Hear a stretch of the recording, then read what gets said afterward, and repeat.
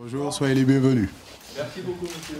Non, le contexte ne change pas d'il y a 3 ans. C'était 2 matchs amicaux qu'on avait à préparer ici.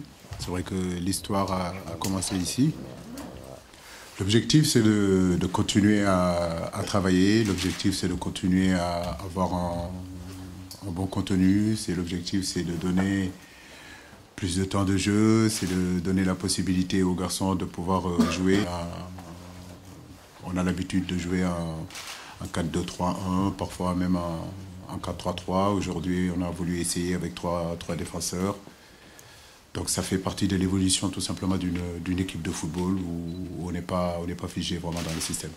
Oui, c'est fort possible, mais comme je vous le dis, vous êtes au courant qu'on a pris 30 joueurs et on a 2 matchs. Et je pense que l'objectif aussi, c'est ces 2 matchs-là, pouvoir changer les équipes. Il y a une équipe qui a joué contre l'Ouzbékistan. Aujourd'hui, demain, on sait qu'il se pourrait qu'il y ait une autre équipe qui peut jouer, mais comme je vous l'ai dit, au cours de la rencontre, il y aura des garçons qui vont rentrer et je crois qu'aujourd'hui, à la fin de ces 7 jours, ces 12 jours, on peut vraiment débriefer et pouvoir donner le temps de jeu à tout le monde. Santi a été bon, comme d'autres joueurs ont été aussi pas mal. Je crois qu'il y a beaucoup de réponses qu'on se posait. Aujourd'hui, on commence à avoir les réponses. Orphelin, oui et non. Mais je crois qu'aujourd'hui, ça tombe bien que ce soit... Je dirais pas que ça tombe bien, parce que quand quelqu'un est malade et quelqu'un est blessé, ça tombe jamais bien. Mais c'est c'est durant les matchs amicaux. Je pense qu'aujourd'hui, Ghana et Cheikhou ont constitué ce milieu de terrain. C'est l'occasion aussi pour d'autres. On a d'autres milieux de terrain et aujourd'hui, des matchs comme ça doivent aussi les servir de pouvoir prouver, de pouvoir montrer ce dont ils sont capables.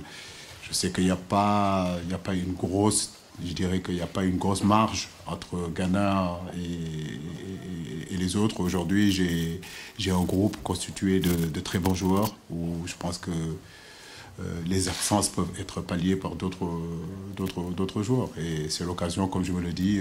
Oui, la Colombie, on connaît. J'ai eu la chance de pouvoir jouer contre cette équipe colombienne en 2014, je crois, un match amical en Argentine. C'est une équipe constituée de très grands joueurs, je dirais même du niveau mondial. Ça, on le sait, c'est une équipe qui en est à sa 2e Coupe du Monde. Il ne faut pas négliger ça. Ça fait plus de 7-8 ans que cette génération joue ensemble. Ils se connaissent très bien. Vous avez vu le résultat qu'ils ont fait contre la France. Ça prouve qu'ils sont capables aussi de tenir tête aux plus grandes nations de football. C'est pour cela que quand les gens nous disent que dans la poule où nous sommes, c'est une poule facile et qu'aujourd'hui, le Sénégal aura facilement l'opportunité de passer le second tour, je dirais que c'est une poule difficile. Il ne faut pas négliger nos adversaires. On sait que la Pologne aussi, c'est un vrai client.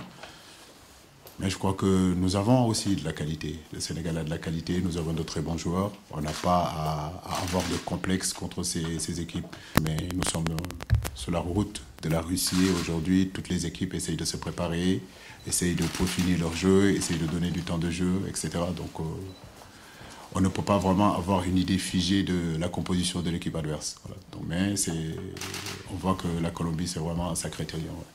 Je ne sais pas, c'est vrai que notre déplacement a été difficile. Grève d'Air France, on arrive ici, il y a la FIFA avec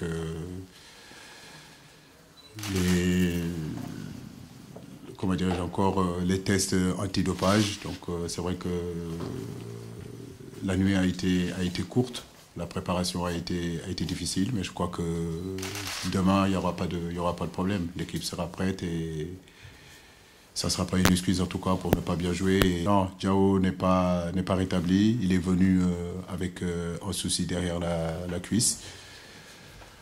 On a essayé de le laisser aux soins pour espérer le récupérer demain, mais ça a été effectivement difficile. Donc on a préféré vraiment le laisser partir avec son club. C'est le même cas pour Cheikhou Kouyaté aussi. Donc pour moi, c'est pas c'est pas intéressant de garder un joueur et le couper un petit peu, si vous voulez, 2 jours, 3 jours, où il peut profiter de ces jours-là pour aller se soigner et peut-être pouvoir jouer le week-end prochain. Donc on a décidé avec le staff médical de le laisser repartir avec Monaco. Donc il est arrivé à Monaco, il a commencé les soins.